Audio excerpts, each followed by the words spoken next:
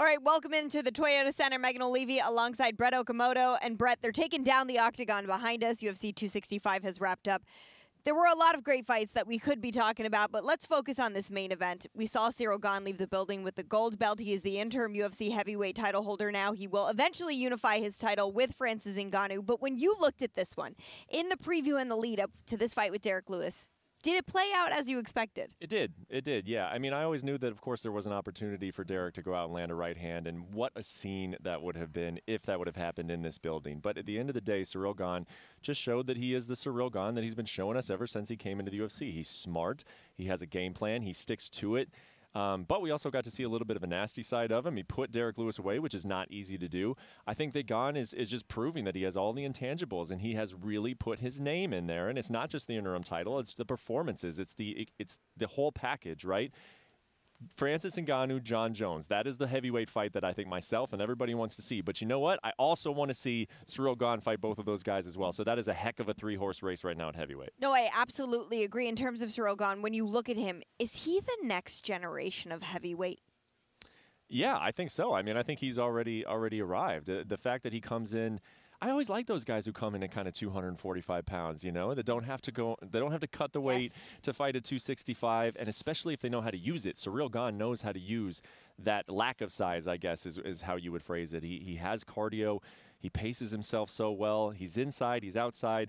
I mean, Derrick Lewis, let's be honest, he had one way to win this fight, and that was to land the right hand, and he never came close to it. And Derrick Lewis is very good at landing that right hand. That's what we talked about all during fight week, is that, yes, this guy's sort of limited in what he does, but he's always known that, and he's stuck to himself. He is aware of his identity, and so he's done everything he can to maximize his potential of landing that right hand, and Ciryl Gane just completely shut it down. And when he did see that Lewis was hurt, I was sitting there thinking to myself, I've seen this story play out before. Is Lewis, you know, all of a sudden going to erupt with something?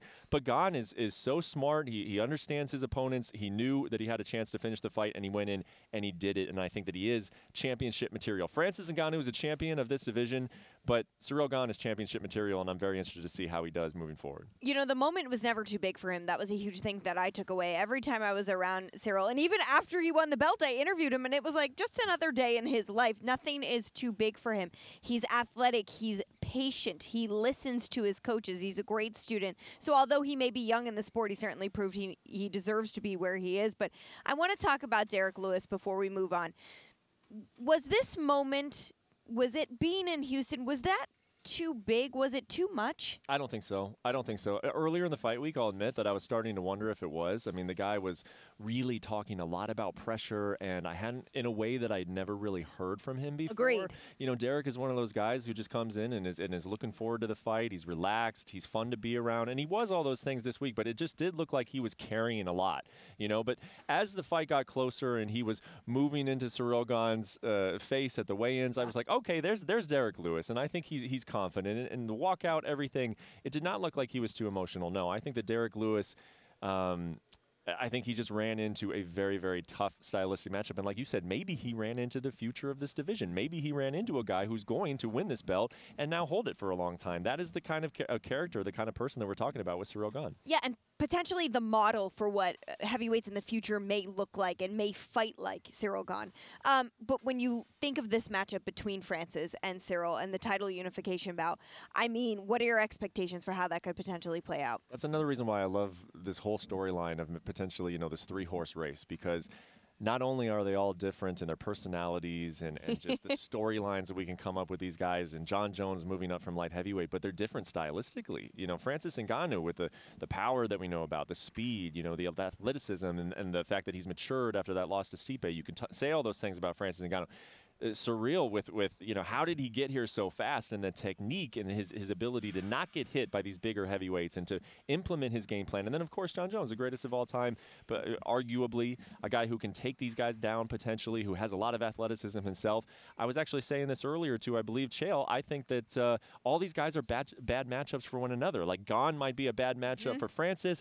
Francis might be a bad matchup for Jon. Jon might be a bad matchup for Ciryl. So I think that's what makes a division super interesting. seen, and especially because we haven't seen any of these fights, man. We have not seen any of these fights. Hopefully we get to see all of them multiple times. I think that that would be a great way to spend the next year and a half, 2 years in this heavyweight division. No, I totally agree with you. So that's the future of heavyweight. We know there will be a title unification bout at some point in the future between Ciryl and Francis Ngannou, but I want to talk about the co-main event because Jose Aldo really proved he was still here tonight. Number 5 versus number 9. He took out Pedro Munoz. I mean, not necessarily a vintage Aldo performance, but a very impressive one. He actually beat his own record for most significant strikes in a fight, and his old record was over a 5-round fight. Yeah. This one, he only needed 3 rounds to break that record. In terms of what you saw from Jose and where his future may be, I mean, what do you think? I think that we were a little hard on Jose. You know, I think the fact that he loses his championship and then he's dropping a weight class, and you look at his record, he's had those losses. You know, those are all types of flags, right? And that gets us started talking about, like, well, what's left for Jose? And, you know, to be fair, he even talked about retirement there for a little bit. But when this guy shows up, he is always prepared. He is always in phenomenal shape. He is doing all of the things at an older age that show to us that he's not a fighter who is close to the end. He still has his speed. He still has his ability to take a punch. Okay, so he lost a 5-round fight to Petr Yan. There's not a whole lot of shame in that. So I think that when I see Jose Aldo fight, he's still Jose Aldo to me. He still has all of his athleticism.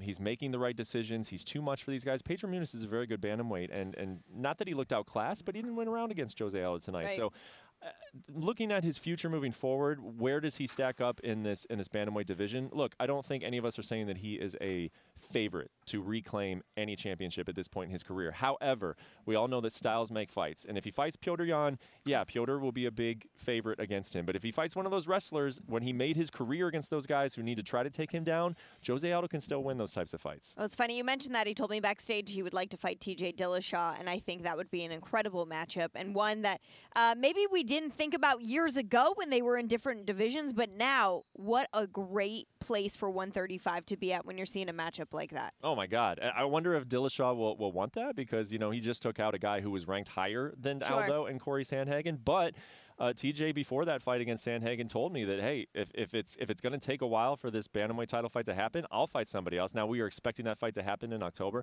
I think if it happens, TJ Dillashaw probably going to hang out. You know what fight I've always wanted to see for Jose Aldo? Jose Aldo, Dominic Cruz, the WEC. You even mentioned it to him in your interview. The WEC live forever. You got the WEC best bantamweight, WEC best featherweight. I love that fight. I don't know if from the ranking standpoint it makes sense right now, but God, what a fight. I would love to see that fight. I second that, and we would need to have the different canvas, the WC canvas, just for a throwback for that event. I'm so down. WC forever. Brett, I appreciate your time, your insight.